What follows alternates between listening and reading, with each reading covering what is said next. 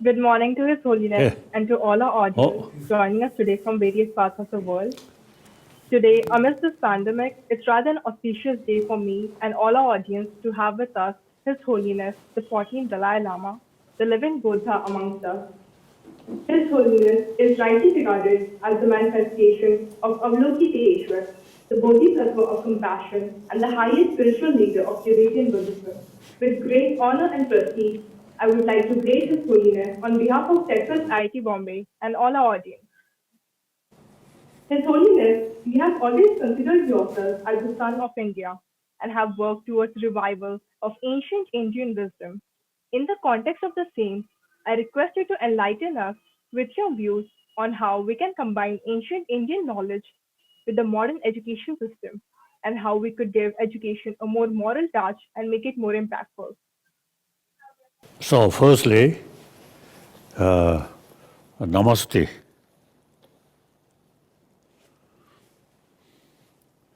Oh, I really feel also very happy because now India, the over 1,000 years, the concept of ahimsa, concept of karuna, you see, in this country, you see, these two very important also the concept develop. With that, eventually, you see, a lot of philosophy and including logic. So later, those great Indian thinkers, philosophers, you see, they carry the message of ahimsa and karuna through logical way. So now, today, of course, I respect all tradition because I fully committed promotion of religious harmony and also the harmony in different people like that. So therefore, I respect all different tradition, but if we, through a logical approach, investigation, then the India's, you see, 1,000-year-old, this is concept, very logical. Now, practically, today's world really need ahimsa and karuna. If these two things, you see, remain also they alive, and more people, you see, pay attention, then our world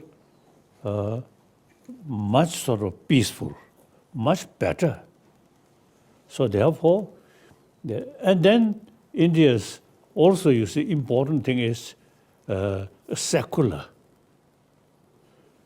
So these concepts related with some dharma, but then not necessarily, you see, you should follow or believe dharma, religion. Whether believe certain things or not is up to individual. Generally, we really need the secular ethics. So these two things, ahimsa, karuna, is actually the secular ethics. And then the karuna and ahimsa, is a further, also the, also the, then different religious tradition, different philosophy is involved. So now, today, I feel great honor to speak with people who actually belong this country. So we are actually follower or student of this ancient Indian thought. I always describe in 1,000 years ago, you see, you are our guru. We are chela. You see, we learn from India. Now, the 7th century, the Tibetan king, he married with Chinese princess. And also, firstly, Chinese emperor introduced Buddhism in Tibet.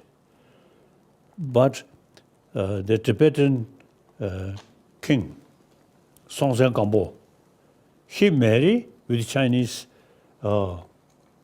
princess. And also, you see the most statue, important statue, Buddha statue, and picture, that one, you see, brought from China. But it seems, you see, the Tibetan emperor, Songtsen Gampo, 7th century, certainly he enjoyed that marriage, and but he feel too tired to learn Chinese letter, too complicated. So he, in spite marriage and very close link, he determined he want to develop our own script, Tibetan script, copy from Indian Devanagari, and alphabet like that. So then, 8th century, when you see Buddhism introduced Tibet by Nalendra master, Shanta Rakshita, that's 8th century. Again, Tibetan emperor, he decide Buddhism is concerned must bring directly from India, not through China. And then the Tibetan emperor, Chisung Tezin, he invited at that time one of the top master of Nalendra, Shanta Rakshita, very old. But he invited. Then Shanta Rakshita reached Tibet. He advised to Emperor Chisung Tezin, since you have your own language, your own script, so now should translate from Sanskrit or from Pali, so on. So then, eventually, you see, also the Tibetan Buddhist tradition, very much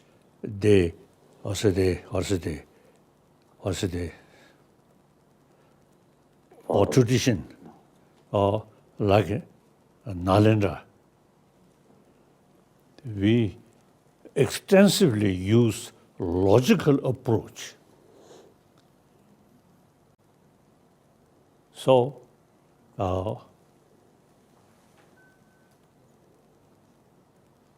the Nalanda tradition, even Buddha himself, you see, made clear, oh, my follower, monks, nuns, should not accept my teaching out of faith, but rather thorough investigation.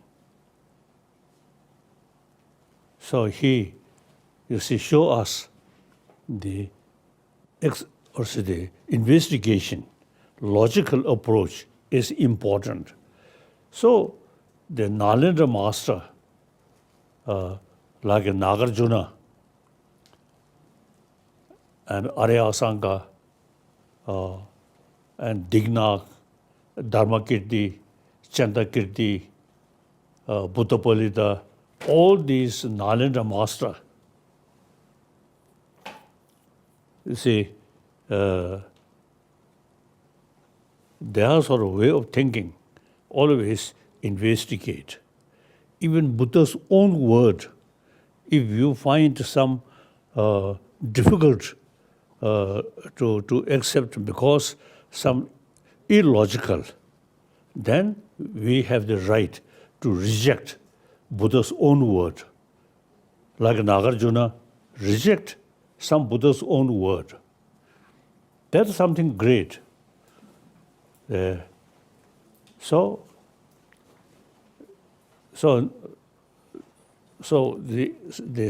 the concept of secular, some sort of what's the philosophical things or logical things which mentioned in Buddhist text, you should consider academic subject rather than just you say, oh, this is part of Buddhism or taught by Buddha, we must accept it. Not that way. So therefore, you see India's concept, the secular way. So consider all these subject as an academic subject, not religious subject. So religion, individual matter. But this knowledge is knowledge for everybody, particularly now today's world. These ancient Indian knowledge, based on karuna, ahimsa, these world need. So different religion, that's personal matter. But these concepts are something relevant for humanity. So I'm very, very happy having this meeting. And then half joke, over 1,000 years, we as a chela of Indian Guru. Now today, Indian Guru, I think much neglected in this knowledge. So now traditional Indian Gurus, chela, now have to act like Guru. So in any way, now real sort of point is now today's world, lot of problem. Many problem, essentially, human beings, our own creation. You see, nobody want problem. Why we create a lot of problem? The reason, you see, our thinking, not sort of wise or related with ahimsa, karuna. So therefore, now this time, the 1,000-year-old India's sort of thought, karuna, ahimsa, now must was not only preserve, must sort of revive, and on the basis of secular way. Other country, you see, different tradition, Christianity, Islam, Judaism, and so on. That's their personal religion. But as far as concept of ahimsa and karuna is concerned, it's common for every human being. So now, I always feel India in modern time. Now look, India, I think two most populated nations, China and India. This country, comparatively, very peaceful. And all major world religious traditions live together in this land. For example, you see, in Muslim country, Shia and Sunni fighting.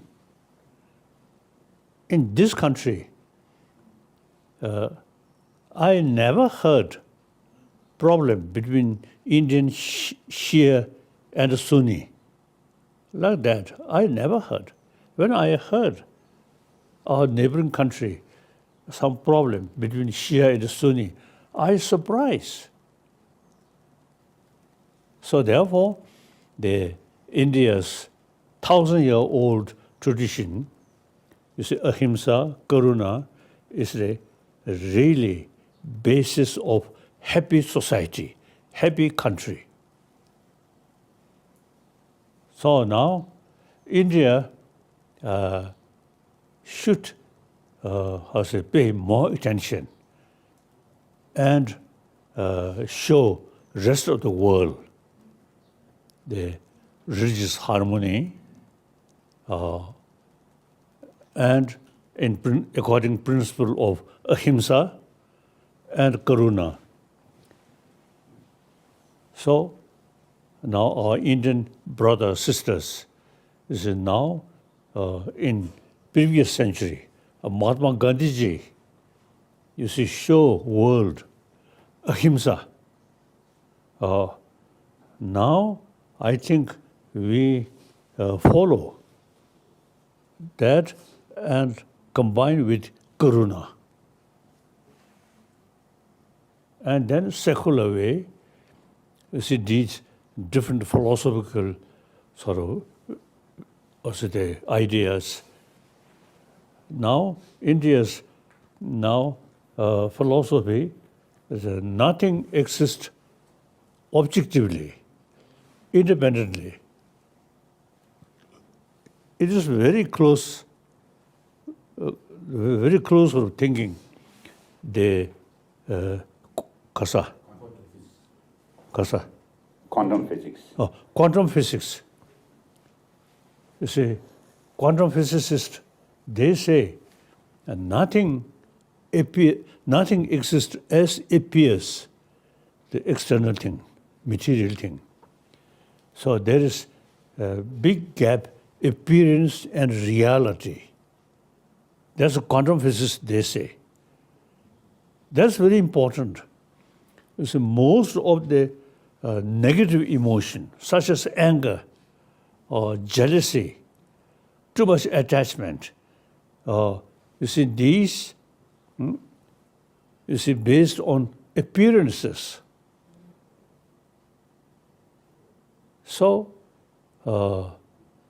in order to reduce these negative, strong emotion, which is based on appearances, thinking deeper line, then nothing exists as appears. That's exactly the Indian ancient philosophy. You see, mentioned that. Like late Raja Ramana, once he told me the quantum physics in the West, it is new. But this country, he told me, over 2,000 years ago, already developed the quantum physics. And then he recite some Nagarjuna's, some verses of Nagarjuna's text. It is very true, very true. So India, in these deeper level, in order to tackle emotion, a subtle way, I think India's tradition is very useful, very helpful. And meantime, on secular way. So now that I always see now telling these days, for example, hygiene of physical already exists on this planet, much sort of developed. Now hygiene of emotion, only India's tradition, including other religion also. There's other religion, not much talk about, you see, also the mental, kasa. Mental hygiene. Hygiene of emotion. Hygiene of emotion. Ka, right? So now, as I mentioned earlier, now the world really facing some crisis about emotion. So in such sort of case, India's 1,000-year-old tradition can help through education way, not religious way, strictly based on secular. So one of my commitment is a revival of these ancient Indian knowledge, how to take care of peace of mind on the basis of ahimsa and karuna. Now, I'm sort of fully committed revival of these ancient Indian knowledge or secular way.